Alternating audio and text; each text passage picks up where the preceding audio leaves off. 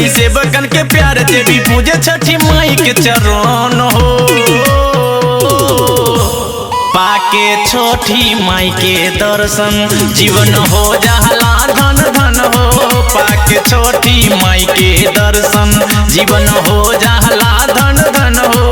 पाके छठी माई के दर्शन।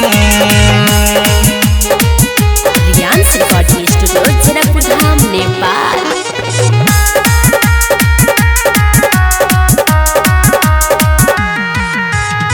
अर्जी लगाबे जे भी मैया के दिल से दिली उबर माई हर मुश्किल से अपन ममता के यहाँ चल उठा बस। खाली नजर से केहू के लौटा बस। खाली नजर से केहू के लौटा बस। अर्जी लगाबे जे भी मैया के दिल से दिली उबर माई हर मुश्किल से अपन ममता के यहाँ चल उठा बस। खाली नजर से केहू के लौटा बस। अबे मोरी मैया मोही मामा काके पूजे ला दुनिया जहान हई बहुत में यार दिली सेवकन के प्यार सबे भगती में रहेला मगन हो।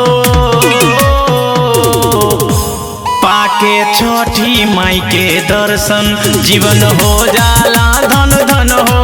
पाके छठी माई के दर्शन जीवन हो जाला धन धन हो। पाके छठी माई के दर्शन। रियांस रिकॉर्डिंग स्टूडियो जनकपुर धाम नेपाल।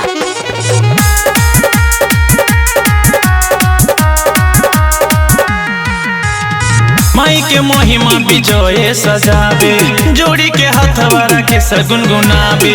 आइल बले के मनमा मियास हो लेते बनाई माई चरण के दास हो। लेते बनाई माई चरण के दास हो। माई के महिमा विजय सजावे जोड़ी के हथवा रखे सगुनगुनावे। आइल बले के मनमा मियास हो लेते बनाई माई चरण के दास हो।